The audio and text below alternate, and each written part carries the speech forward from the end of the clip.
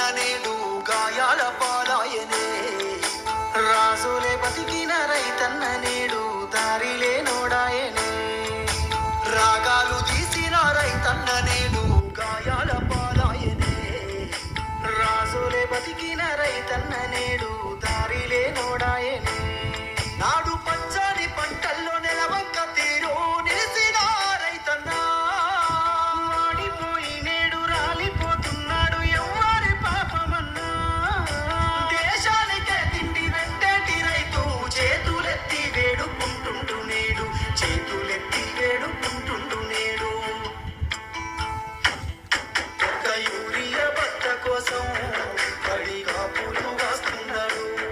తన పంటను బతికించగా అయ్యో తండ్రాట పడుతున్నాడు. ఒక్క యూరియా బత్త కోసం